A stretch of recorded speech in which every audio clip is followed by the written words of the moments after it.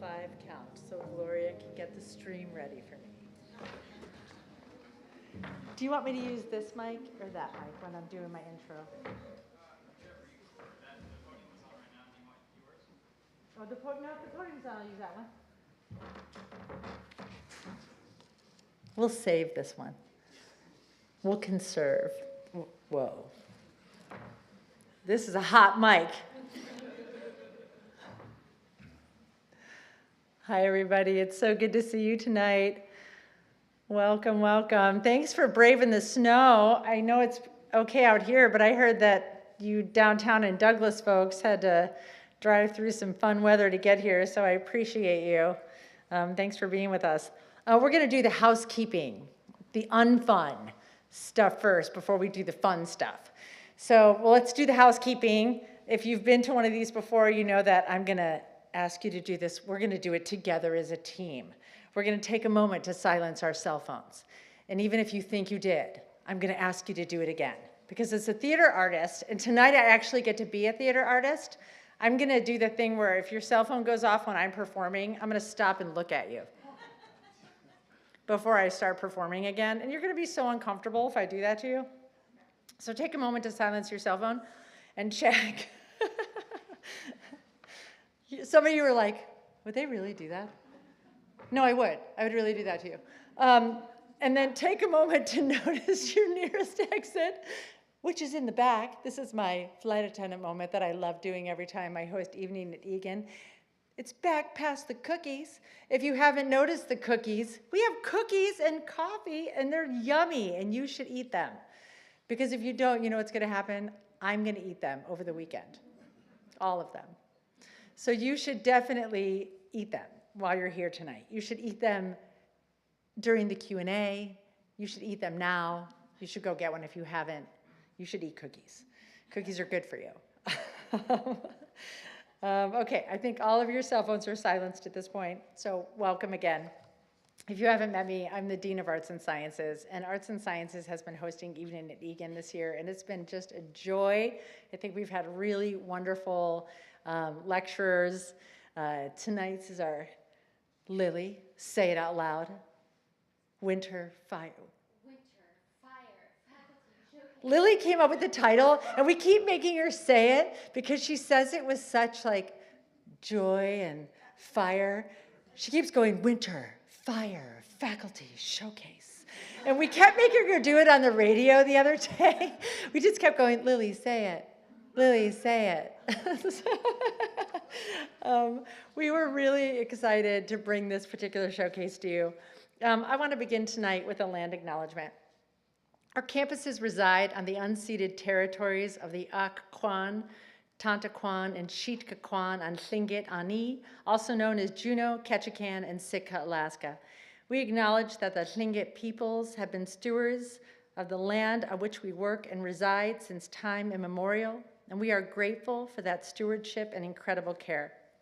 We also recognize that our campuses are adjacent to the ancestral home of the Hadas and Tsimshian, and we commit to serving their peoples with equity and care.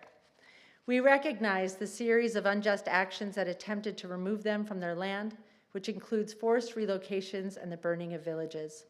We honor the relationships that exist between Tlingit, Hadas, and Tsimshian peoples and their sovereign relationships to their lands, their languages, their ancestors, and future generations. We aspire to work toward healing and liberation, recognizing our paths are intertwined in the complex histories of colonization in Alaska. We acknowledge that we arrived here by listening to the peoples, elders, lessons from the past, and these stories carry us as we weave a healthier world for future generations. Gnostish. I'm so pleased to introduce to you our wonderful performers and readers, our speakers for tonight's talk. I'm going to start by introducing you to the wonderful Emily Wall. Emily is a poet and professor of English at the University of Alaska Southeast. Emily holds an MFA in poetry from the University of Arizona. Her poems have been published in journals across the US and Canada, and she's been nominated for multiple Pushcart Prizes. She has 6 books of poetry published, including her most recent books, Breaking into Air and Fig. She's won 2 Rasmussen Individual Artist Awards, 2 Juneau Arts and Humanities Council Artist Grants, and an Alaska Literary Award. Emily lives and writes in Douglas, Alaska, and she can be found online at www.emily-wall.com. And I'm so happy to introduce you to Ernestine Hayes. Ernestine belongs to the Wolf House of the Kagwantan clan. Author of Blonde Indian and The Tao of Raven, her work has appeared in Studies in American Indian Literature, Yellow Medicine Review, Waterstone Review, and others. Alaska Writer Laureate 2017 and 18, and 2021 Rasmussen Distinguished Artist. Ernestine has been honored with the United States Artist Fellowship, American Book Award, Alaska Literary Award, and other recognitions for which she is profoundly grateful. Ernestine makes her home near the Juneau Indian village where she was born. And I'm also so happy to introduce you to Lily Hope. Lily, give me so much joy. Lily is a distinguished artist and community leader, born and raised on Tlingit Ani. She is a Chilkat weaver and the teaching lineage. And can you give me, how do you say Jenny's last name? Hlanat. Jenny Hlanat and Clarissa Rizal. She's serving as term assistant professor of Northwest Coast Studio Arts, and we're hopeful she stays on in that position. Her finger-twined, form-lined, ceremonial Chilkat dancing blankets take years to complete. They document history, story, lineage, our nation's current crises and political issues. She's also a paper collage artist, bead worker, wool button regalia maker, indigenous fashion designer, and award-winning native storyteller. Lily's first love is performance art. Her work is collected by the Smithsonian American Art Museum, Burke Museum, Museum of Nature and Man, is it Eiteljorg is how you say that, right? Alaska State Museum, and in the private collection of Jeffrey Gibson, Bob and Rita Moore, and dozens of other private collectors. I love that Lily calls herself an enthuser, an advocate for artists and the arts. Her conversations, collaborations, and teachings contribute lasting support and rich artistic community for artists in Alaska and beyond. I also love that she said she lives on sunny Douglas. Sunny Douglas, Alaska, with her 5 children. And Emily Wall is going to come up and introduce me to you.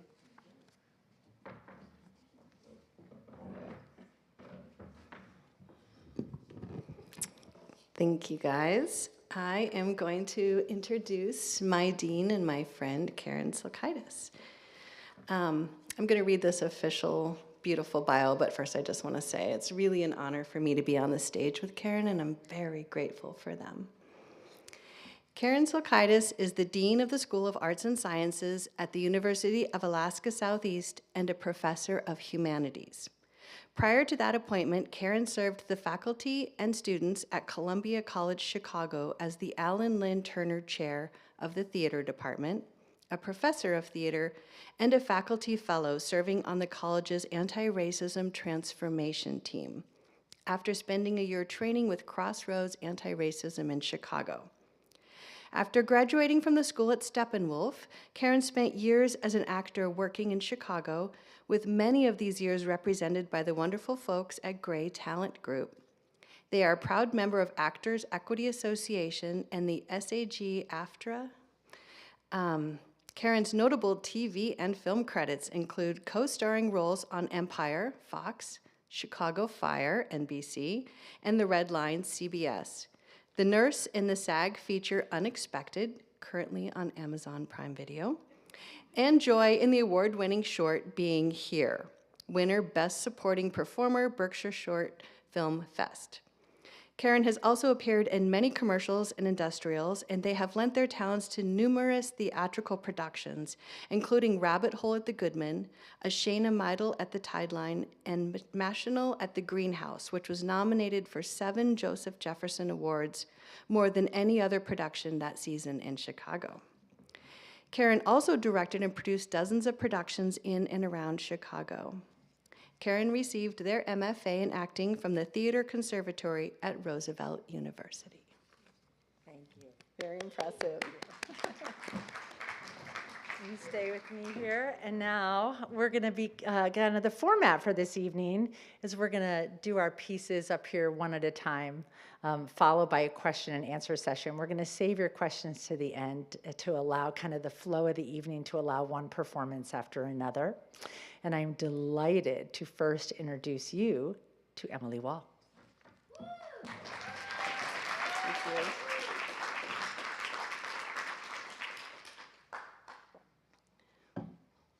Thank you guys so much for being here tonight. I want to thank Carin for organizing this amazing event, bringing us all together. We were on K2 this week, and it's the most fun I've ever had on a radio show. There was crying, there was laughing, it was great. I am just delighted to be sharing the stage with Lily and Ernestine and Carin. I especially want to give a shout out to my students who are here tonight. It's Friday night, it's snowing, they're exhausted, they're here. Thank you guys.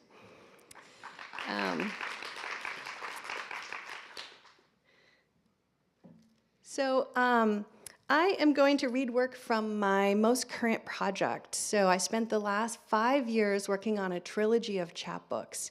And sort of the wake of the Trump election, I started researching really powerful and influential women.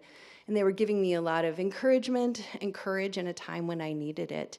And this third book came out 2 days ago, so I thought, good timing. This is finally in my hand. And this book is about the artist Alice Waters, or the chef Alice Waters.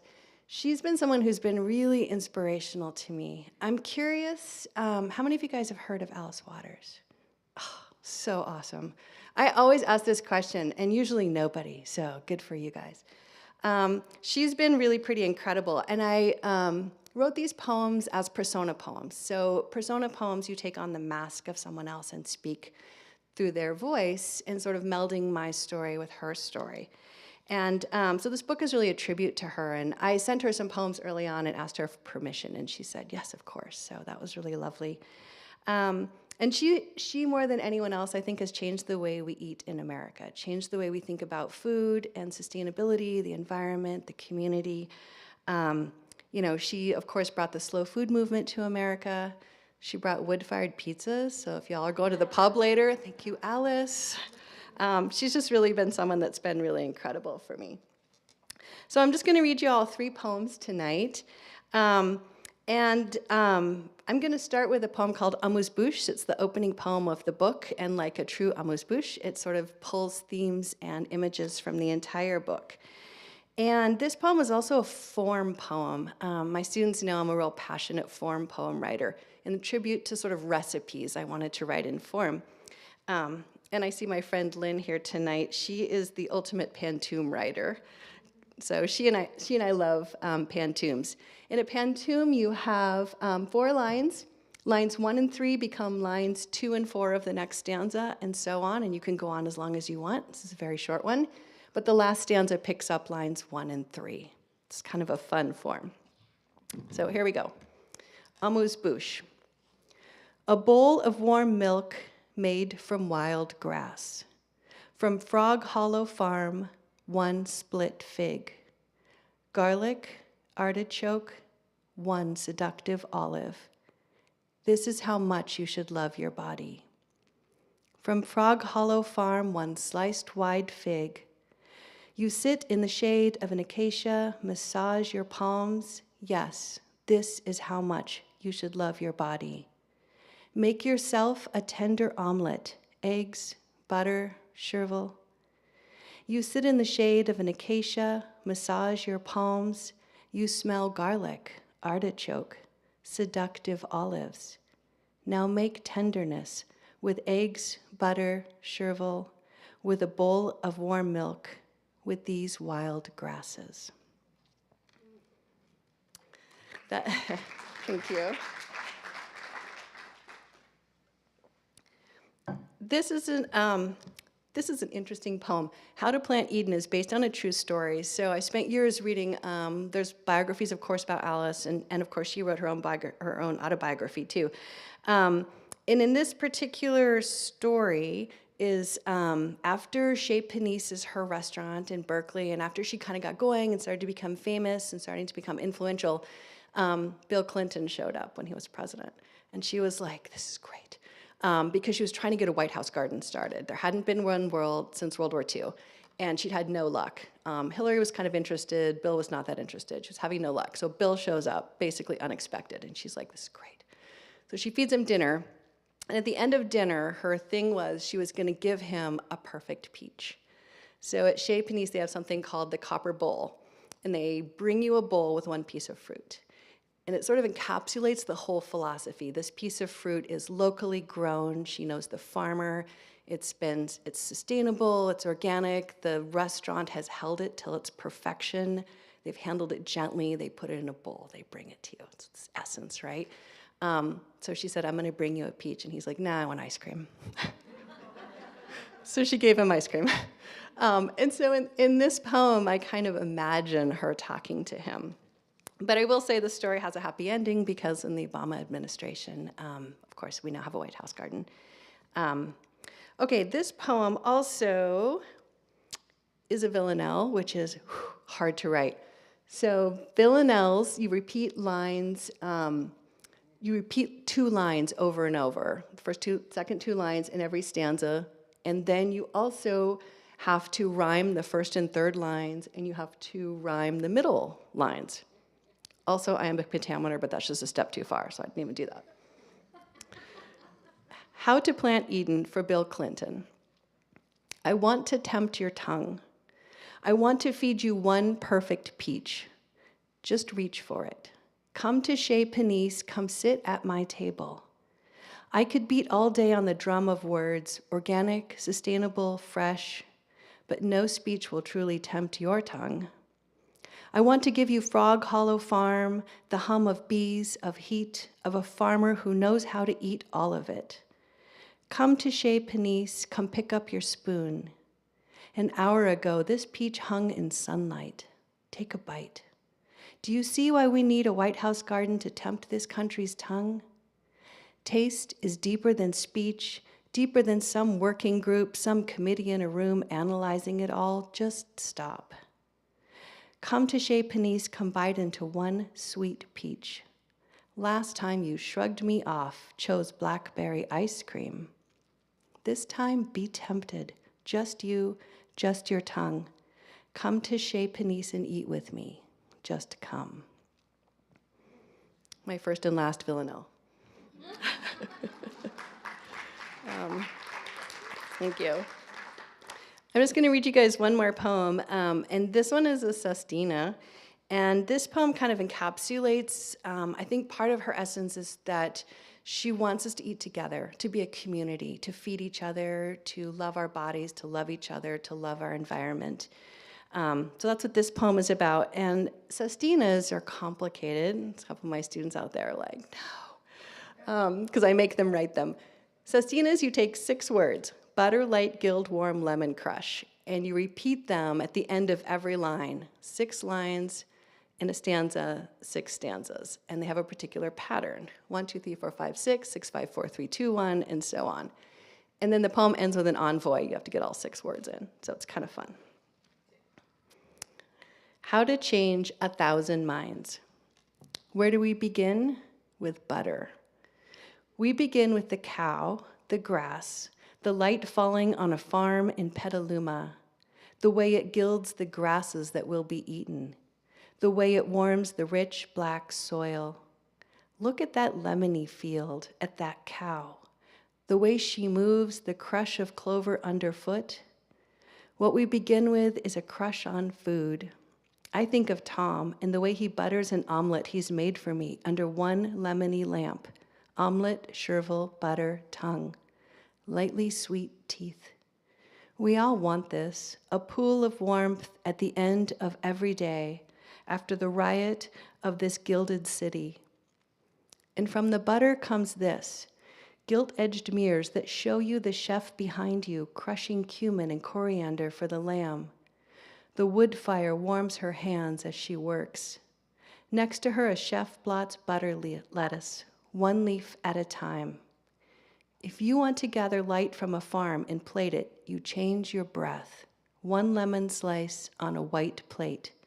Breathe lemon, only lemon. When all you have is one piece of fruit, it becomes gilded as a picture hanging in the Louvre. As do you, sitting in light, hands picking up this slice. Feel its silky texture. Now crush it in your Pellegrino. Inhale. Your mind leaps to buttery cheese you had once in Provence small cafe on a warm autumn day. Suddenly a laugh at the next table warms you. You look at this man, his laugh sweet as lemonade on a hot day. Something in your knees feels buttery, meaty. You are both eating mesclun, leaves lightly gilded with oil, and this connects you. Of course you have a crush on him. What would he be like to kiss? His hand light on your back as you head home, walking a night lightly scented with oranges. You finally acted, plated warm food in a soup kitchen, fought the patriarchy. You are crushing the food industrial complex. No more pesticides on our lemons. Why did we think this was impossible? We peel that layer of gild off the American lily. We are field. Grasses, cows, butter. Now I bring you a lemon souffle. Go ahead, gild your tongue with its buttery center. When you leave, carry this crush with you, this light, the warmth of this beginning. Thank you very much.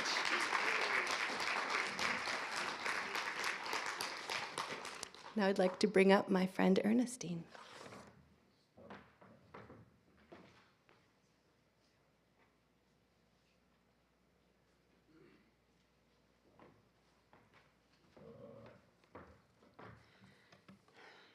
Gonna change. I want to let you know that Emily was my first creative writing teacher, and I should have listened to her more.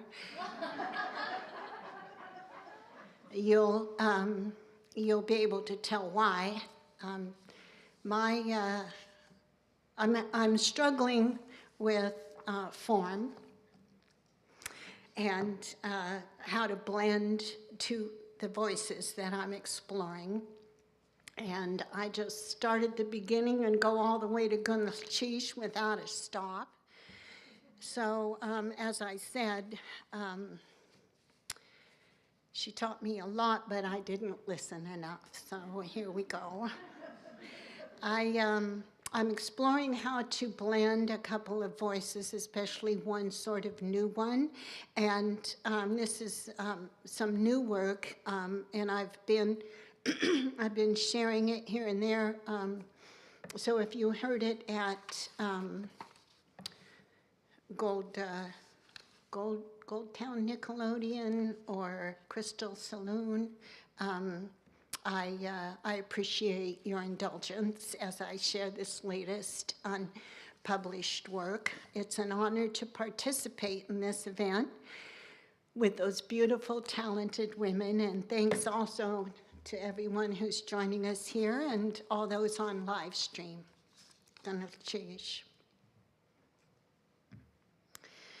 Ravens get their start long before daylight in these dark winters.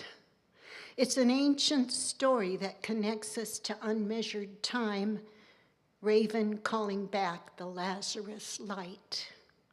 We feel our way through shadows and stumble against empty, scattered boxes to join Raven as he dances back the light. Gold Creek on an imagined summer day. So many have stepped up the narrow trail that follows the creek away from wholesome, laughing, genteel games on sunlit courts. Overgrown salmonberry bushes and willow leaves brush my cheek and slap my face until someone says, "Here we are," and we dust off twigs off the too well-worn logs and sweep gravel from the well-packed dirt, crack open a Rainier, and take a break. This is for we all begin, and we whisper or mumble or sob the names we carry for times like this. The names we recite go on forever, and they are just as sacred and just as precious, and God damn it, just as loved as our sacred, precious children who were taken and we never had the chance to love or even get to know. This is for them, and we tip our cans till just a drip comes out and the rest goes down the throat and into the belly and into the sky, whispering and mumbling and sobbing and shouting. This is for you, because today we came here for Mary. Raven dances back the stolen daylight. An abandoned mother waits in dimmed light, her child somewhere not here. His most famous betrayal chokes her memory the way pine needles once caught in her throat. She remembers him as a human child, the limits of his world, his urgent reach. She imagines spiders smoothing across the wood-borne wall, slices of light spilling from tipped boxes quickly closed. Now she calls back the constant world that once captured him and held him, or so she thought. At the sunlit door of that once unbreakable house, Raven dances to life the image of a woman in whose womb he once plotted clever deceits. In his womb he slept for unmeasured time, moon and sun and stars not yet stolen, not yet counted, not yet undone. Sierra Nevada foothills. Around about midnight, I call shotgun on a pickup named Come On Now, and we're on our way to Tahoe. Dark roads hover above the spinning earth. Tonight, cats that look like white ghosts don't sacrifice their heads beneath our tires.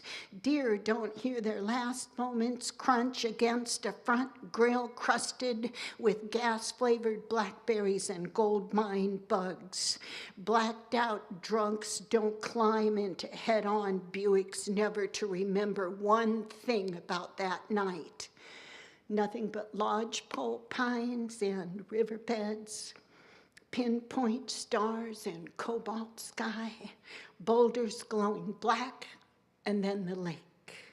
One quick trip to low-down slots with nothing left to lose but hoarded pennies, empty boxes, scattered hopes, a dance that calls back the stolen light. Yuba River nighttime on Hitchhike Highway 20. Nevada stars hard scratch the California night. Old trail sidestep lodgepole pines while down at the Crazy Horse and off the shoulder, off the chart, off the rocks, red dress keeps the cue ball hot. When that Virgo man takes his corner shot, this honky-tonk woman hits the floor. Jukebox woman, no doubt, but I can do one thing, one time, one day at a time, and tonight that one thing is this. I remember that red dress. I remember that dance floor. I remember that dance. Gonna cheese, gonna cheese.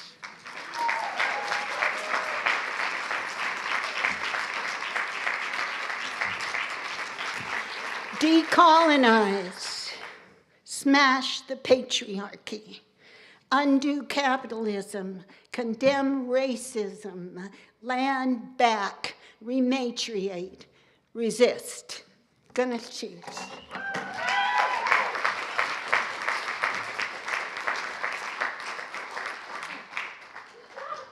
Oh, get a little extra time when I come back up to introduce our artist, our next artist, beautiful Carin Silkaitis.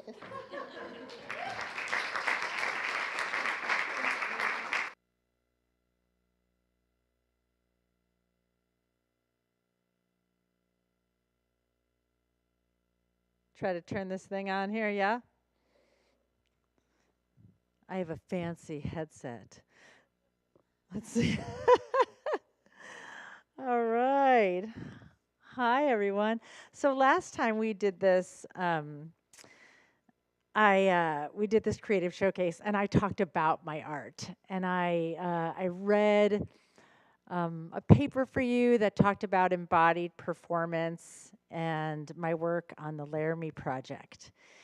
And I read a little bit from the Laramie project and talked kind of about how I do my work as an artist. And then for this showcase, we decided it was going to be all performative, and I was going to perform instead of talk about performance. So when I was picking pieces to do tonight, and we knew that we all had about, these kind of 10-minute chunks, I decided to do these 3 kind of favorite pieces. Oh, thanks, Lily. It's a theater. So I decided to do these 3 pieces that I really love for you. And the first one is from a play called Why We Have a Body. And it's about, it's going to be this very quick monologue about a woman who just slept with another woman for the first time, and she's having a lot of anxiety about that moment. The second piece that I chose is from Romeo and Juliet, and it's The Nurse. And I love her very much. And all these people live in me somewhere, and I relate to them a lot. And then the third piece is from a really beautiful play called Rabbit Hole that I did at the Goodman Theater in Chicago. And I played a different character. I played the sister, and tonight I'm going to do a piece of Becca, who's a mom, and I'm a mom. And this mom the whole play really deals with grief. And this mom has lost her son, who was killed in a horrific car accident. And in this short monologue, she's talking to the teenager who was driving the car who killed her son. And he is also grieving because it turns out that he has a father who died. And he wrote this story and sent it to Becca and her husband.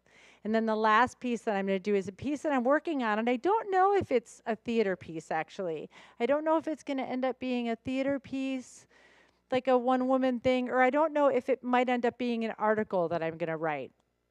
And it has to do with me getting bilateral mastectomies and my family's journey with cancer.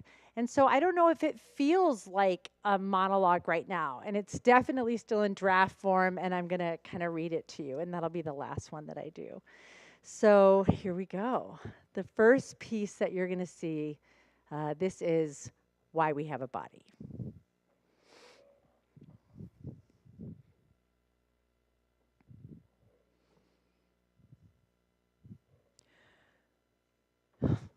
No!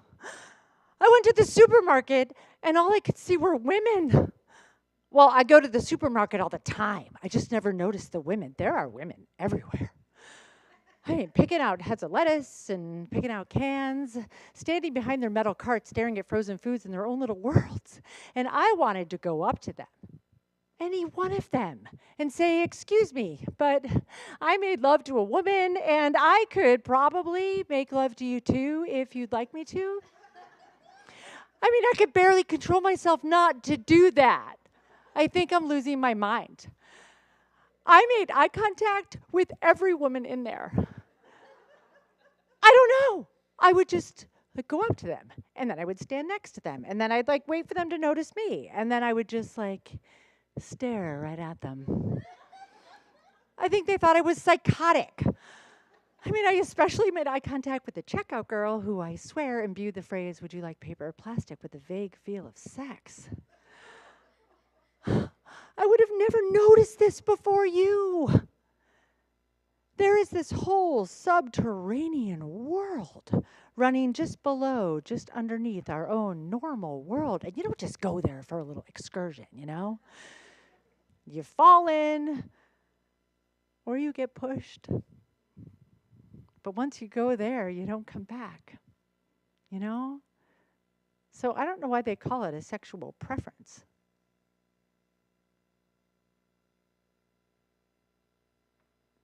Thank you.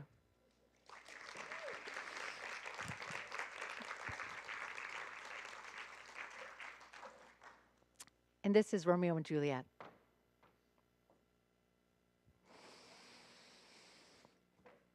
Oh, Jesu, what haste! Can you not stay a while? Do you not see that I am out of breath?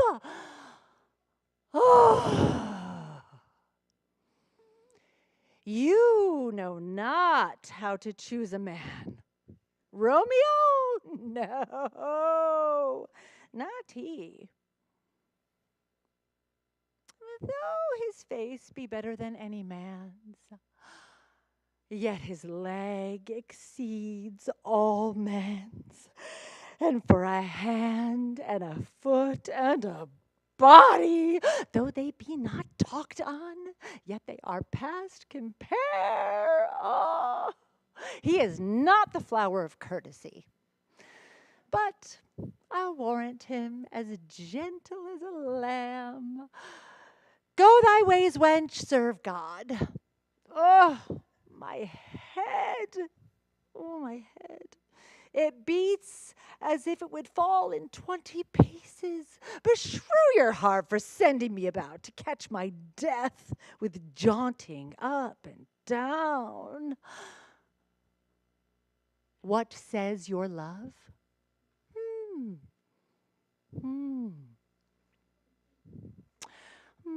Your love says, well, like an honest gentleman, and a courteous, and a kind, and I'll warrant a handsome.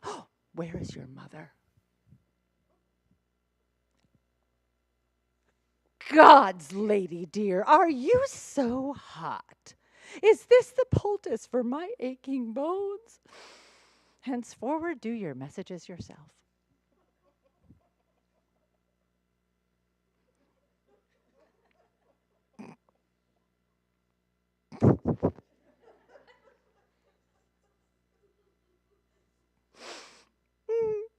All right.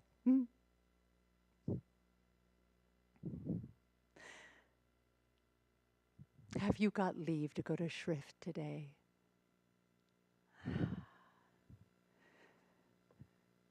Then hie you hence to Friar Lawrence' cell. Oh, there stays a husband to make you a wife.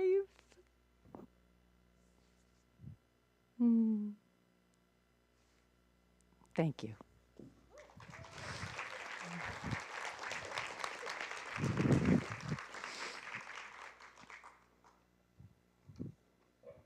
This is Rabbit Hole.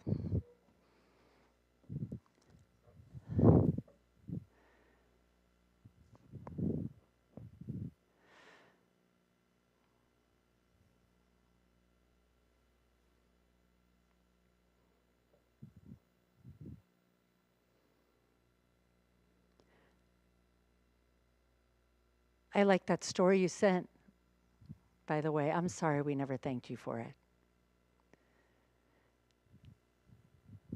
So the scientist that the boy is looking for, is that your dad? I'm sorry, that is none of my business. Well, anyway, I liked it very much. It reminded me of Orpheus and Eurydice. Do you know that Greek myth? Eurydice dies, and Orpheus misses her so much that he travels to Hades to retrieve her, but it doesn't work out.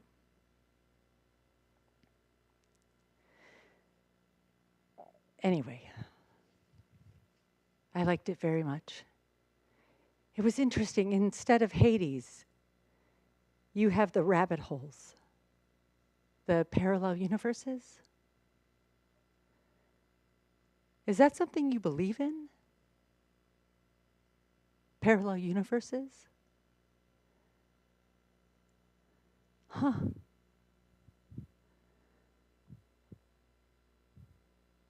So somewhere out there,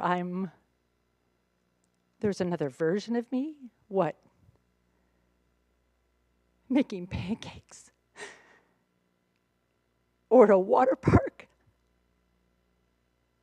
And so this is just the sad version of us, but there are other versions where everything turns out okay. And these other versions are actual real people?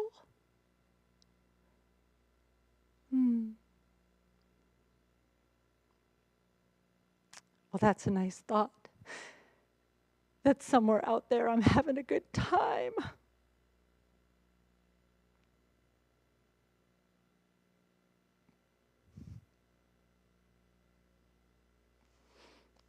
Thank you.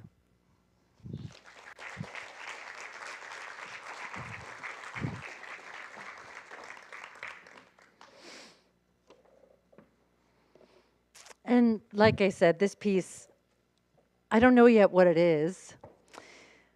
I don't know if it's going to be a monologue or an article or what, but it's personal to me, and I'm working on it. It's called It's Not If, It's When.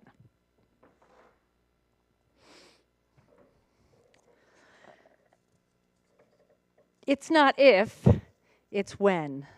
Sitting in the geneticist's office for the first time trying to comprehend what those words meant. It's not if you get cancer, it's when you get cancer. You see, you have a 96% chance of getting breast, ovarian, or colon cancer because of this BRCA1 diagnosis. Wah, wah, wah, wah, wah, wah, wah, wah, wah. His voice faded into Charlie Brown cartoon speak. I mean, I was mostly paying attention, but all I kept hearing was when you get cancer, when you get cancer, when you get cancer, when you get cancer. It's amazing how many thoughts you can have in mere moments sitting in a sage green vinyl chair. I imagine that this color is meant to keep you calm, but I just wanted to pick up the chair and throw it. Break a window. I thought about my wife, my life, my babies, the scars on my own mother's chest from her first cancer. I wondered which cancer I would get first. My mother had cancer at 30 for the first time, and while I was sitting in that sage green chair, she was in the process of going through chemo for her second breast cancer, aggressive, stage 3. Her twin brother died of the colon. My grandmother died of the ovarian. Everyone was BRCA1 positive. They called it the Ashkenazi curse. That's cute.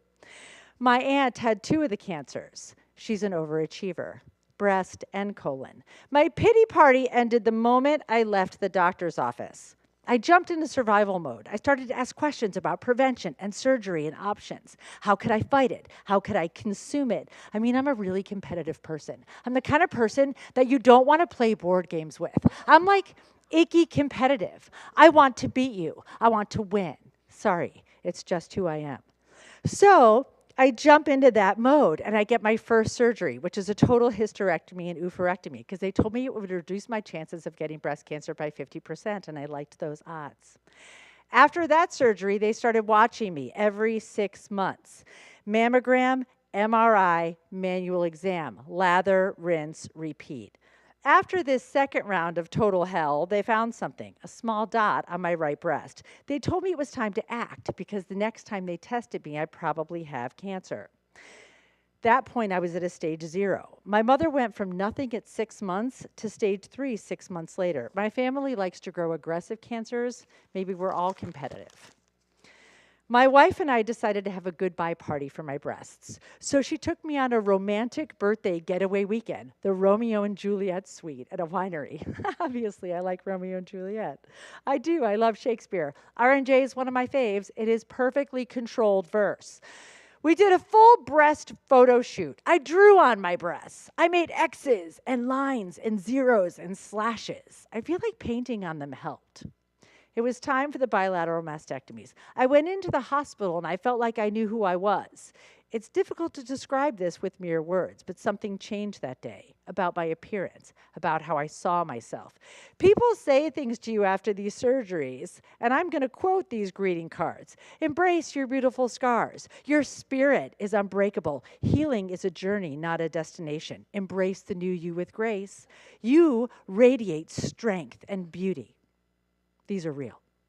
I remember telling my wife that she needed to go back to work right away after the surgery because I needed to grieve alone.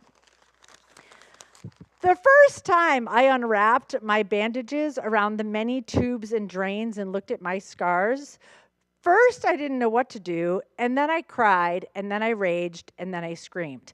And then I decided to be practical, and I went online to a breast cancer blog to see if someone could help me.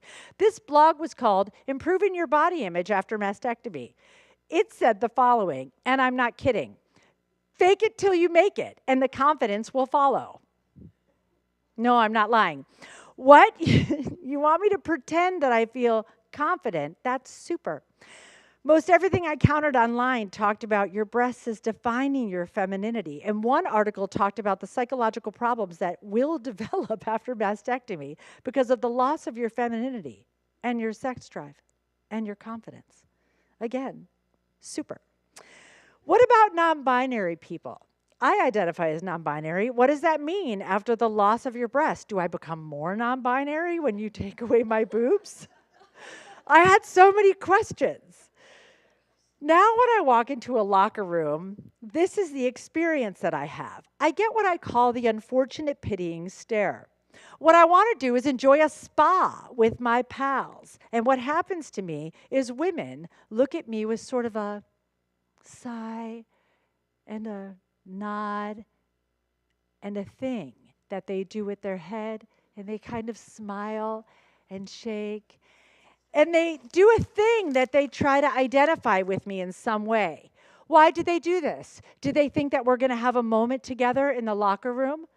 I don't know why they do that. I want to hurt these women, and I know that sounds terrible. I'm trying to have a lovely day at the spa, and they take a moment to tell me that what? I look like a monster to them? That my body deserves their pity? It is in these moments that I make the decision to have a full frontal body tattoo. I have a back design. I have tattoos on my arms. So right now I'm in the process of designing my full body frontal tattoo because I decide that their judgment is better than their pity. I will now walk into the locker room and I will get the judgment of why is that woman covered in these repulsive and inappropriate tattoos for their age? And I've decided that I want their judgment more than their pity, and I'm going to do this.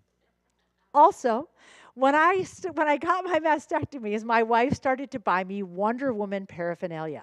I've always loved Linda Carter, and I liked the character, and it made me extraordinarily happy. My very first Wonder Woman doll is currently in my car, and she kept going, buying me more and more. There's currently a Wonder Woman small Christmas tree in our home. Students bought me things. Colleagues bought me things. I kept collecting it. And in these moments where I'm not in my body and I'm dealing with these pitying glances and I'm having a tough day, my wife, who's standing back there, says to me, "You are Wonder Woman." And tonight I'll leave you with this. I'm not saying I am Wonder Woman, but I am saying you've never seen me and Wonder Woman in the same room at the same time. Thank you.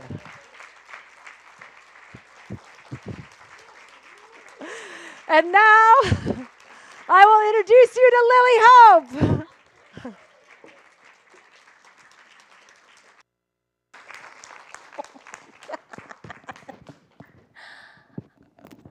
I'm really sorry I went last.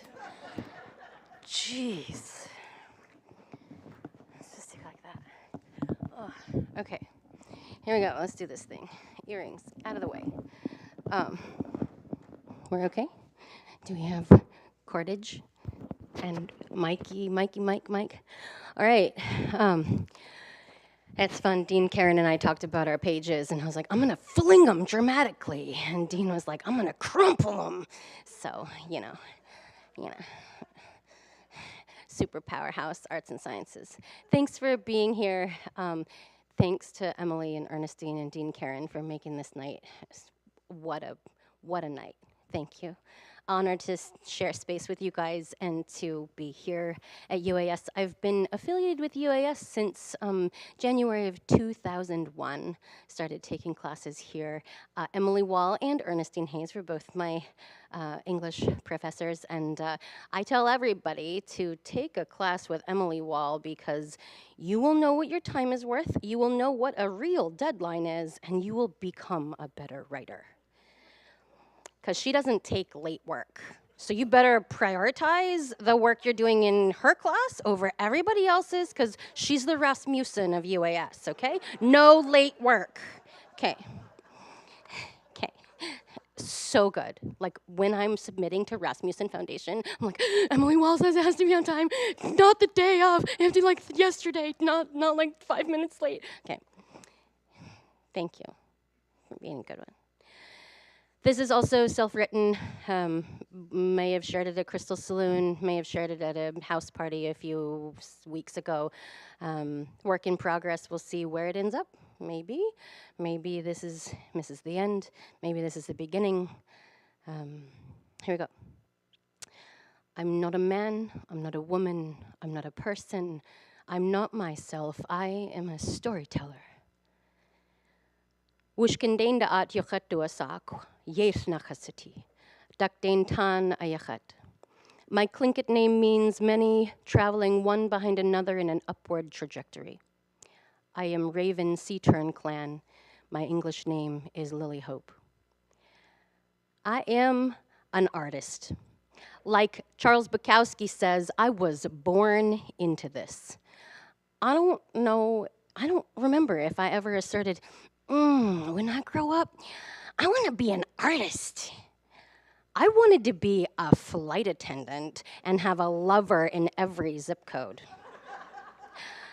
I wanted to professionally figure skate in rose-colored sequin leotards and travel the world. But throughout childhood, every time my full-time artist parents asked for help, I helped. I am the middle child, born the helper, born into this. Some people tell me I'm famous. They stop me in the street and they say they love following me. Oh my God, they tell me how amazing I am, how much they love my work, how much good I'm doing. And I smile politely and say, thank you, oh, gosh. And I'm fortunate to create in this timeline with these other artists. But inside, every little saboteur in me wants to run. Little negative voices echo on multiple tracks, all talking at once. They're lying, you know. Your work is royal crap. All your ideas are mediocre. You are going to starve. You've disappointed your parents already. When are you going to get a real job? Your inspirations are unexceptional. Unexceptional. You're mid. No one actually likes you or your art. Everything you try out is atrocious. It's all humdrum, common, boring. You are insignificant. You're a loser, you're a fake, your artwork is meaningless, stupid, absolute trash. And you know what? At some people, sometime, all these people are gonna find out. And I take a deep breath and just keep smiling while the person waves and walks away, all happy to have interacted with a real living artist. Oh my God. It's okay. I forgive you, all of my saboteurs, despite your negativity. I'm staying in therapy and going on long walks in nature, doing my morning pages and focusing on gratitude because I think the world might need my unique creative expression. People assume being an artist is glamorous and easy. Oh, you have all the freedoms, they say. You get to do whatever you want, like whenever you want, and like never anybody dictating when you have to be at work. This must be so great to be an artist. What about the 3 a.m. wake-ups in a cold sweat, terrified that you didn't confirm with Executive Director Phil by that deadline that you are going to serve on the Pricing Your Art lecture panel? Or, okay, we have 5 days to execute this huge grant application that, wasn't on your radar, but golly gosh, it's $50,000 of unrestricted funds, so you have to drop everything and not do that free beach weekend with your kids. Okay, now block out every first Friday, every public market, all the other pop-up holiday and summer open-air markets and Smokehouse Gala and Alaska Federation of Natives and Celebration and Santa Fe Indian Market and Herd Museum Show and every Native Music Festival so we can sell our artwork in person. And block out the last days of every quarter ending so you can file your city taxes. Now, add workshops dates to the calendar, enter expenses into QuickBooks, show up for Zoom presentations, artist consultations, mentorship courses, virtual and in-person planning and intro meetings for future classes and emails and phone calls and material purchasing and inventory, updating your resume and website and bio and schedule those photo shoots for new headshots and work sample images and record some short B-roll for social media and edit that PowerPoint presentation, write the next narrative for that community art project, and what did we forget? To make art. What? Wait, did you just wake up? Because before you get out of bed, you have to spend the first 30 minutes posting on social media and then liking others' posts so the algorithm works to assert you're special. Now notice your little negative mind reminding you, you are not special. And some days we have to fight procrastination. Yeah, no one's telling us to be at work or what is pressing right now, or sheesh, here we are panicking again about how to start this next big thing that we've never made before. So we detail our bathroom grout with a toothbrush.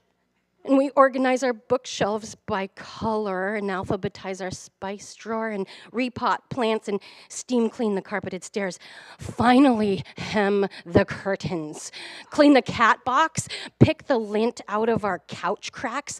You know, we have to delay the stress and fear of possibly making bad art. Hurry, hurry! Bake a pineapple upside down cake with synthetically bright maraschino cherries. Come on. We're fine. We can work 16 hours a day, 7 days a week, and not hit adrenal fatigue. We're fine. We're not tired. Let's solve this, really. Let's pick up this awesome book and follow Principle 39. Let's stay focused on our core genius and ask for more help. Let's hire an executive assistant, a bookkeeper, a housekeeper, a chef, a nanny, and a chauffeur. We will know we have made it when our shoe-fly heels step out of the leather back seat of that tinted window, chrome-detailed Mercedes, and the driver is wearing a suit jacket and gloves. Hey, if our dreams aren't grand and expansive, then when the universe only delivers halfway, at least we're going to be stepping out of a 3-year-old Camry with working heaters. Okay? Okay, after we hire our support team, we need to block out 1 full day a week to not work. No housework, no scheduled kid activities, no money-generating anythings. People with real jobs get 2 days off a week. We better get at least 1, because rest is part of the work, and the world needs our unique creative expression. Oh, but you get to wear whatever you want. You have no dress code, no uniform. I mean, come on, that is like true freedom in being an artist. Do you know we have 2 dress code options? We can denim and t-shirt all of our days like Zuckerberg, Bruce the Boss, or Steve Jobs. Or we better not repeat an outfit because then Juno superstar musician Taylor Vidic might see you at Awk Rock Music Fest and say, "Oh, Lily, I love that dress. You wore it for Alaska Fashion Week last summer, right?" And you hang your head in shame and you vow never to wear that dress again. But wait,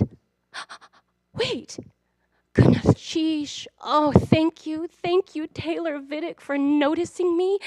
You guys, I interacted with a real living artist. P.S. It might be time to subscribe to like Stitch Fix or La Tote or Rent the Runway. Okay, but I love your work. Yeah, but like, why is your art so expensive? Expensive. I know you heard the ridiculously long list of unpaid artist activities, those cold sweat emails and social media mornings and beach day opportunity costs. The endless, exhausting, necessary, uncompensated tasks and way too underpaid performing, speaking, sharing.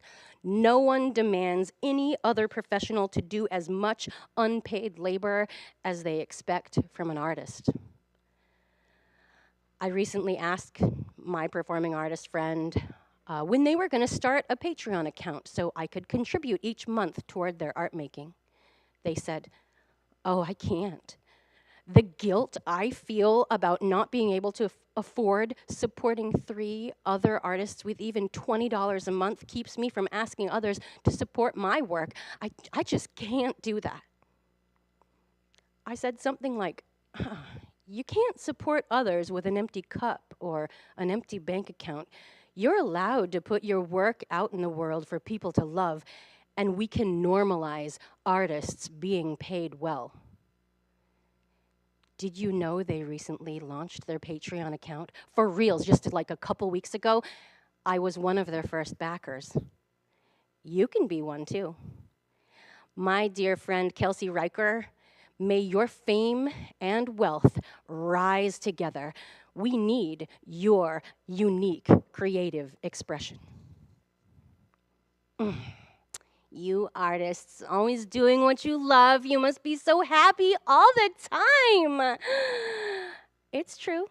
We artists, we get to make things sometimes, yes, hopefully, things that we enjoy creating. Often, the best things are with other people. We get to bounce ideas off our sister 3,000 miles away. We get to ask our artist auntie if this holiday collection of earrings should have like pops of silver or gold or some of each. And we get to weave collaborative things or perform alongside some of our favorite people.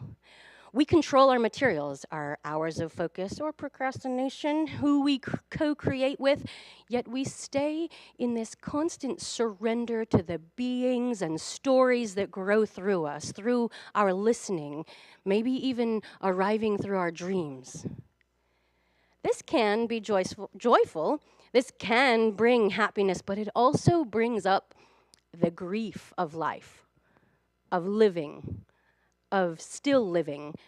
For artists with mentors or biggest supporter family members who have already crossed into the spirit world, creating can be the heaviest work of our lives. The grief of continuing to make without them. The grief of missing their physical presence. Ever-present grief. Our loved spirit beings who no longer have hands and audible voices, how we miss their creative expressions, how we may now serve as conduit for their continued work, their legacy, the snowball of grief and remembrance and responsibility to do good. I love you. Thank you for believing in me and leaving this work in my hands. I love you, my grief. I love you, my ancestors. I intend to make you proud. I know. The world needs our continued, unique, creative expressions. I'm inviting you now, our audience.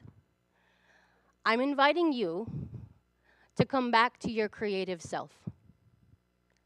Forgive your saboteurs. Allow your negative mind to quiet. Slough off your shame, guilt, doubts. Dismiss procrastination.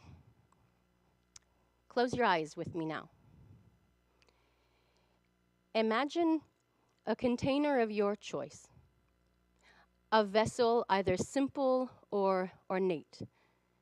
It has a lid that can seal completely. You have it? You can see it, you feel it. Now I want you to give your biggest saboteur voice a color. Put her in this vessel. Put in all the little saboteurs.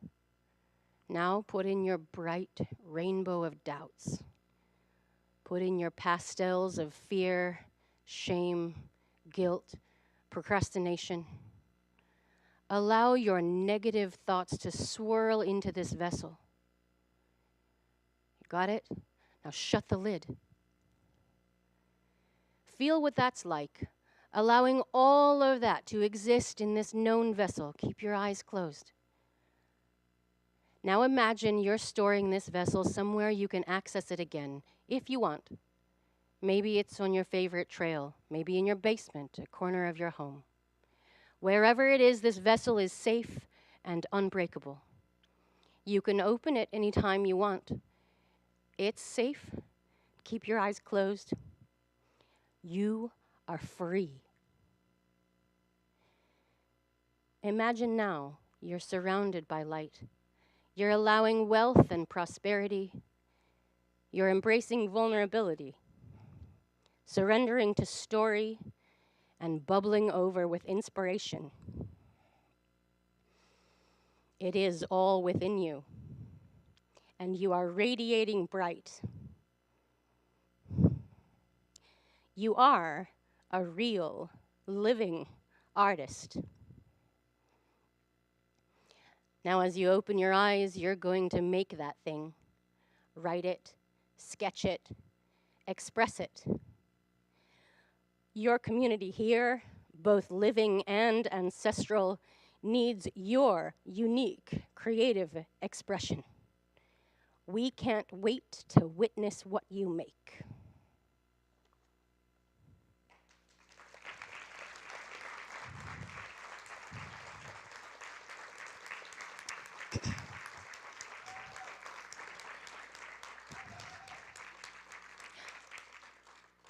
We're going to transition right to a Q&A. Yeah, and I think before we do that, before you run away, we're not allowed to let Carin run away. They might after the Q&A. Yeah. Before, after, you're going to pass it over. Sort of mid. Yeah, mid. Yeah, I'm going to pass the mic to Lily for a Q&A. But well, are we going to do this chair thing? We could do this chair thing. Yeah, all we're gonna right. do the chair Depending thing. on where you're sitting, you might want to feel under your chair. Feel under your chair. Mhm, Some of you might have surprises. Or feel under the empty chair to your left or right and see what you might find. Some of us have left surprises for you. There's some treasures that we've left. No one has found anything. We've set them all no, under the mine. round chairs. This person found mine. Oh, sweet. It is my my treasured Oh. actor's copy of the Laramie Project. And we're not allowed to let Dean Carin run away because we all brought these little things to stick under the chair, and Dean said, I have nothing to give. And the gifts that you bring to the university are many and layered and so powerful. The way that you have welcomed me here new, and the way that you have made this environment so bright, so hopeful. The culture that you have changed at the University of Alaska Southeast, not gonna cry about it. Okay, so just everybody else can cry. This is for you. With love from Emily, Ernestine, and Lily. Oh. We appreciate you.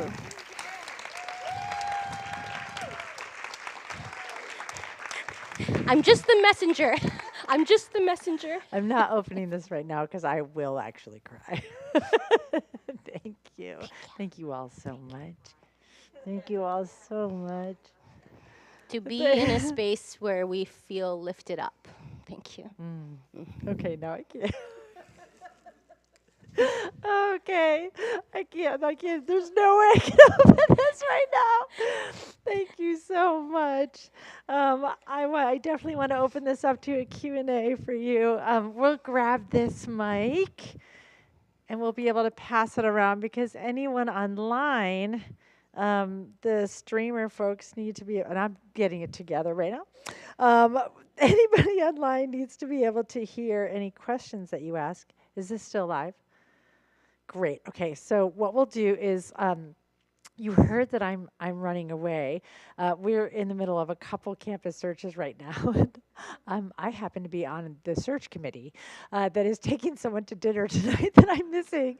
So our chancellor did say to me, "You are coming, right?" So I'm gonna like quietly make an exit during the Q&A and run off to a search committee dinner because I'm a dean. So I'm going to go do that and do my job and make somebody else feel welcome tonight. So we're going to start the Q&A off. If anybody, I did want to stay for a couple of minutes. If anybody has a specific question for me, I am happy to answer it, but I will start the passing around. What I'd love to do actually is, I didn't ask them if do you all feel comfortable like coming up, like coming forward maybe? You could like sit on the edge, you could sit, then we got a couple chairs up here, we can make you comfortable. You wanna sit on the edge? Great. And then we've got this incredible panel of people. We made a mess. And that way, if anybody has any questions, we can pass a mic, and then I'll have Lily take over for me in a couple minutes. Any questions? Thank you so much. You have all four taken me to tears, and it's that burning stove that Emily encourages everybody to touch. And there's a line from one of the Sufi poets, "There is a palace that opens only to tears." Thank you all. Thank you.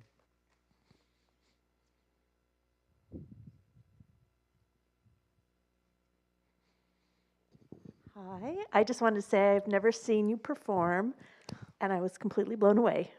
And Lily, I didn't know she was a performer. I mean, all of you have blown me away tonight. Just super impressed and kind of overwhelmed. So I don't even know what I was going to say, but I did just want to thank you for sharing about your personal story about the gene that you have and that whole journey. It's very encouraging and helpful to hear how you approach it with humor and dignity. And I just, I hope, I can't wait to see what you do next with that story. So Thank you. Thank you. I am looking at publishing something with it, so thanks. I appreciate that. Oh, yeah.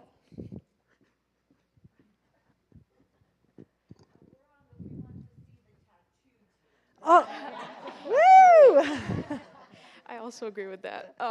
I just wanted to second what Elise said. I thought that your story, especially just sharing that, like your history with the gene and just cancer in general, is just very impactful to hear, and especially for other people that are dealing with the same things and their family. It was very, very amazing to hear. So thank you for that. Thank you. I appreciate it.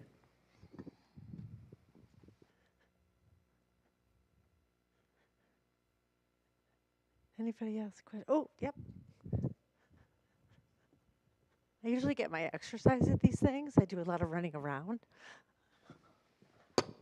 So I enjoyed all you guys' stuff, but just a comment, Ernestine, I really liked your stuff, and I thought it was great about how you reflected on staying down south in Nevada and California and the Southwest, and it just my impression is that that was your ghost dance to bring back the joy of life and living and the beautiful Native American spirit. So that was great. And also, Lily, I found it interesting that you said you were a scrapbook artist.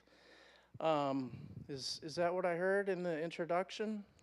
Collagist, paper, Collages, yeah.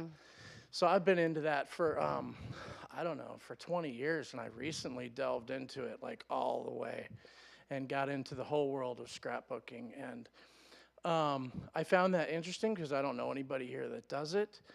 And I just wanted to hear a little bit more about how that plays out in your life and how much you think it can play out in your life, because it's such a gratifying experience to do it, on like with the pace of life kind of thing.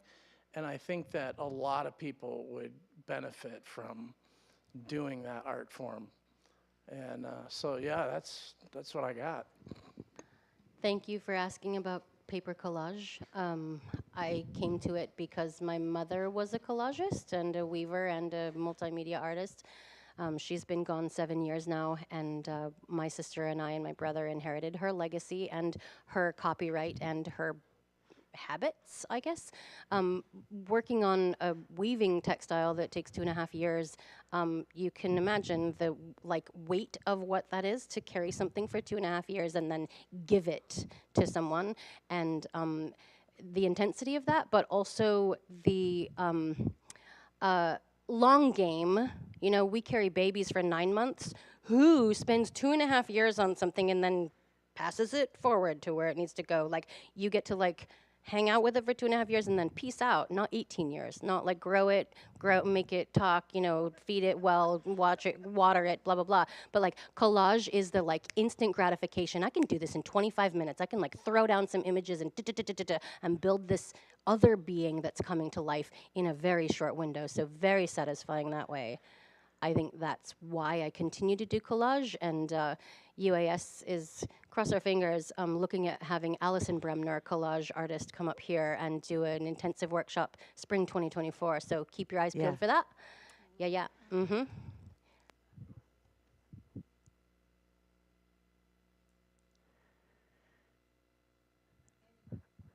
Oh.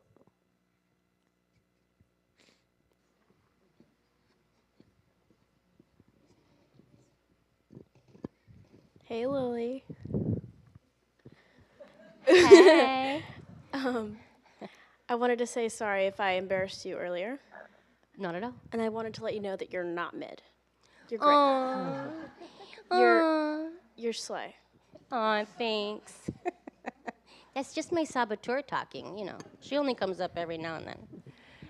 Yeah, for those of you who don't know, Lily also, has quite a theater background, and so that was wonderful to see come to life on stage again. I know you've done a lot with physical art lately, so that's awesome, Ganachish. And I had no idea about Carin Silkaitis' theater. That was wonderful to watch, and I can't wait to see what happens with that last story. I feel like a screenplay is happening here, so if you guys wanted to take that a step further, we'll come back in the fall and watch your first draft, or however that looks. Also, folks, the play that Lily was in a long time ago when I first met her is going to be screened at the SHI Celebration this year in June. The Scottish play, but done with the Tlingit language. The Macbeth version that's been translated into Tlingit, and that premiered at the National Museum of American Indian, Smithsonian, a long time ago when we first met. So back before babies. Yeah, I just, can't say enough about Lily and all she does for our community, and this powerhouse combination of women is really wonderful to sit in front of. Atlinganachish, Shtukhadati. Thank you. And y'all put Dean Carin Silkaitis in your sights because they will be on stage a spring Perseverance Theater show, Indecent. Indecent, yeah. My first show with Perseverance is happening this year. They finally roped me in. I'm doing it. Because you have a lot of free time. It's true. That's why it took a little while to rope me in. I said, I just need to be a dean for a little while. And then this year they said, you have to say yes. And so I said yes this year. I'm doing it. So get your tickets today. It opens Valentine's Day. So February 14th, and it runs for a few weekends here in Juneau and then one weekend in Anchorage. It's happening. Any other questions? Oh, I'm going to go. Ooh, I'm tripping over my own paper I threw around. I'm going to go there and then here.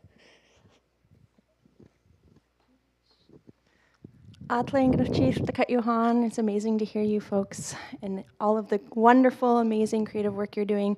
I'm really interested, as all four of you teach and all four of you create, how you balance teaching and art and creating. And Lily's shaking, she doesn't. Definitely asking for not selfish reasons. How do you find that balance of creating and really leaning into your art while also teaching students and supporting students to do the same thing?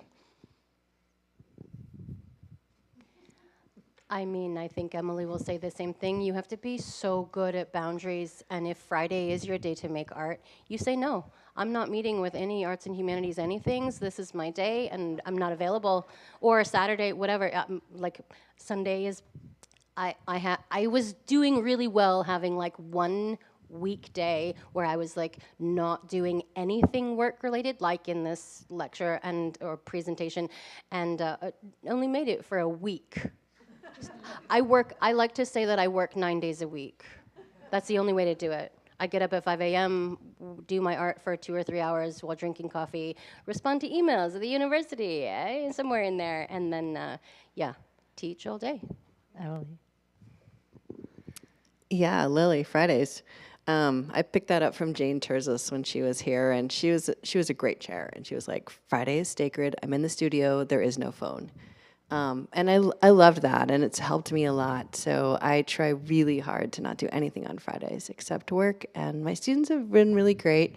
I answer emails from like 3 a.m. to 10 p.m. Monday through Thursday, but I try not to do anything on Fridays. And if I can keep that day, I can get into the space I need to work, and that's really helpful. I just do one thing one time, one day at a time.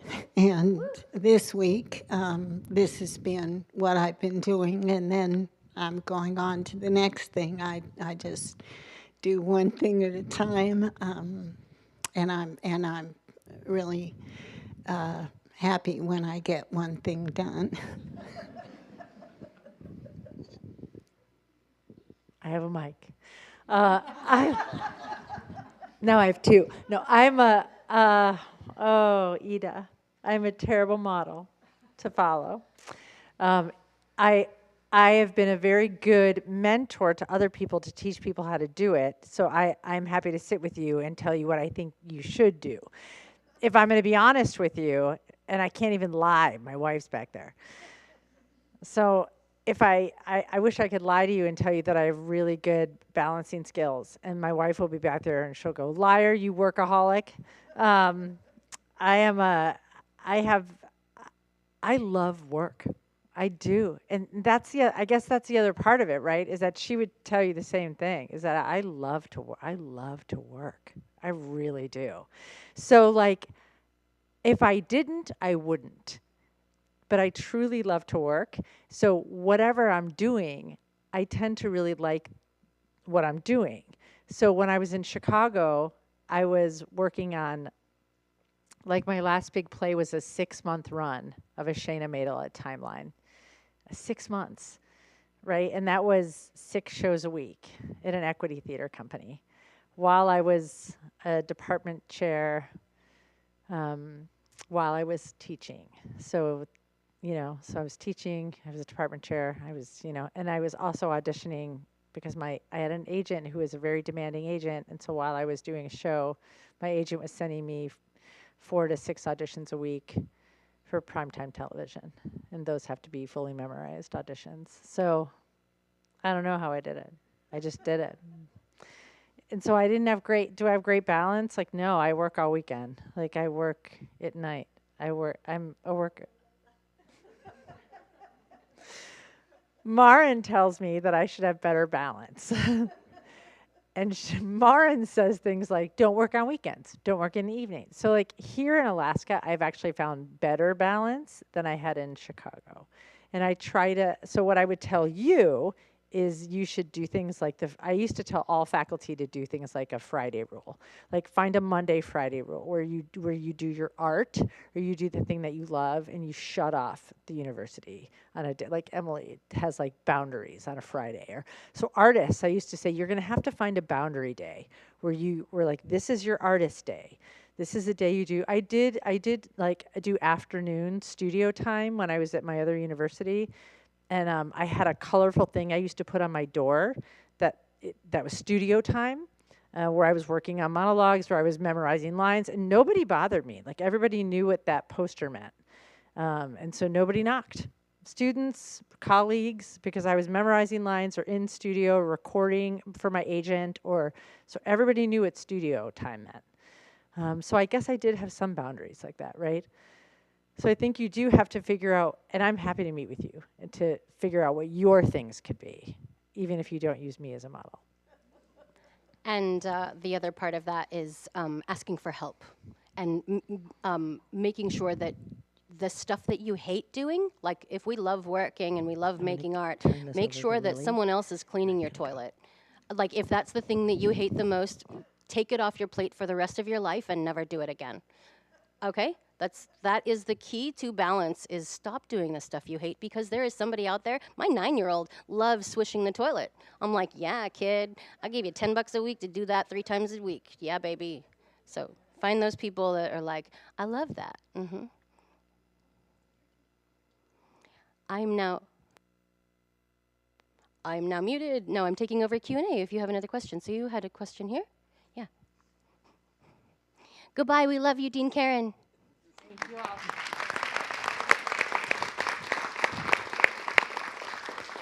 So, I was kind of just wondering how you guys record inspiration when it comes to you, especially if it's in like a public place. Like, do you guys kind of have like journals or notes app, or is it different like every time? I don't know. I was just kind of curious. Oh, I think there's someone in the audience who could share a small notebook with you, how we record things sometimes.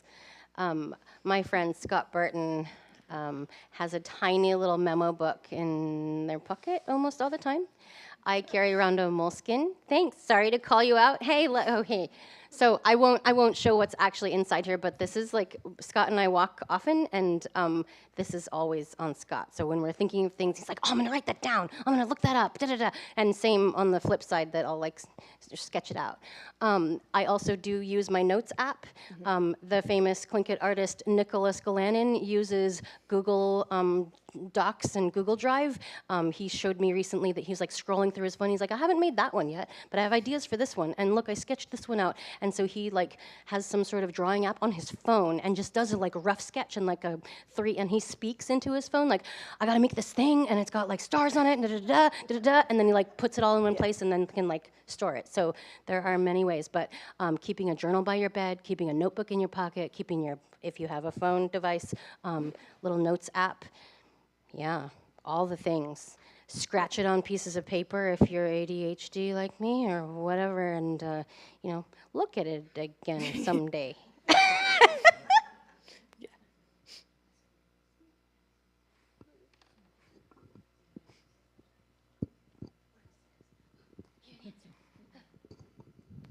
Ernestine wants to answer that too. I send myself texts. Yes! Yes, the one-line smart answer. Dang. Anyone else? Question? Also, I have to say that I appreciate my therapist for the final presentation of the vessel activity. That is a therapy trick. So thanks for putting your saboteurs in there. Cool. This is kind of a shout out for my mom, Emily Wall. It's just kind of like she's like an amazing woman. Like every day I wake up and give her a hug, and I'm like, how does she keep going? Like every day she wakes up super early and is grading, and like she goes to work and like helps with our students and comes home and has like hours of grading, and then like she goes to bed and like she does the same thing for like every day all week, and then like I'm like, yeah.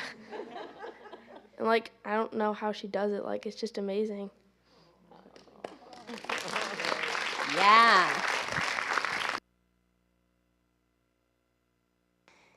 Anyone else?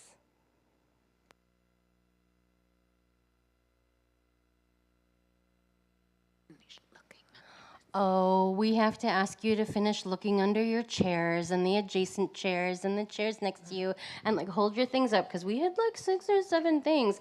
And if you find the little like folded paper that is just tape and paper, that means you got the bonus Ernestine Hayes. And for those of you online, if you go to lilyhope.com and send me an email, I will mail you something, because every person who's here tonight has the opportunity to take one of these home. This is your little rear view mirror, or the mirror for your your bathroom, or wherever you might need this, just to remind you that we need your unique creative expression.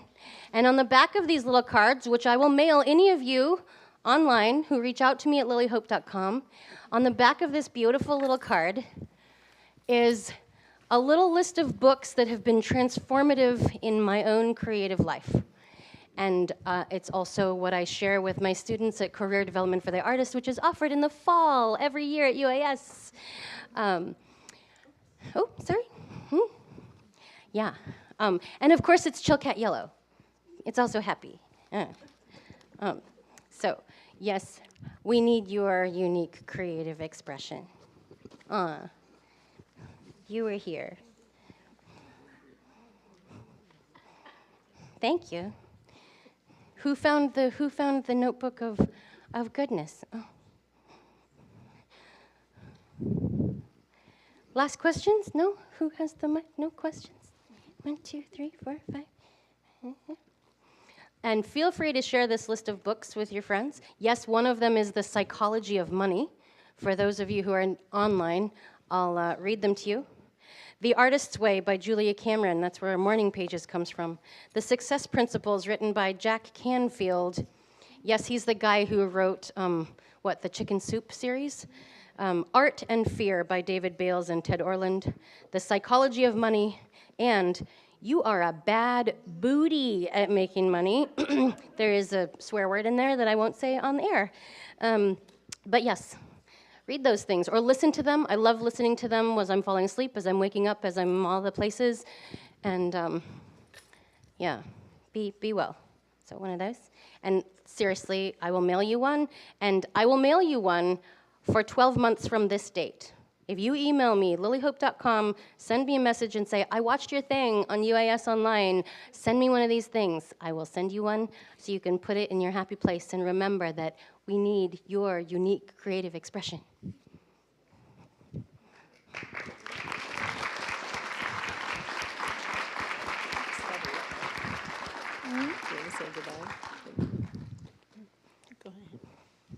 Thank you guys so much. We appreciate it.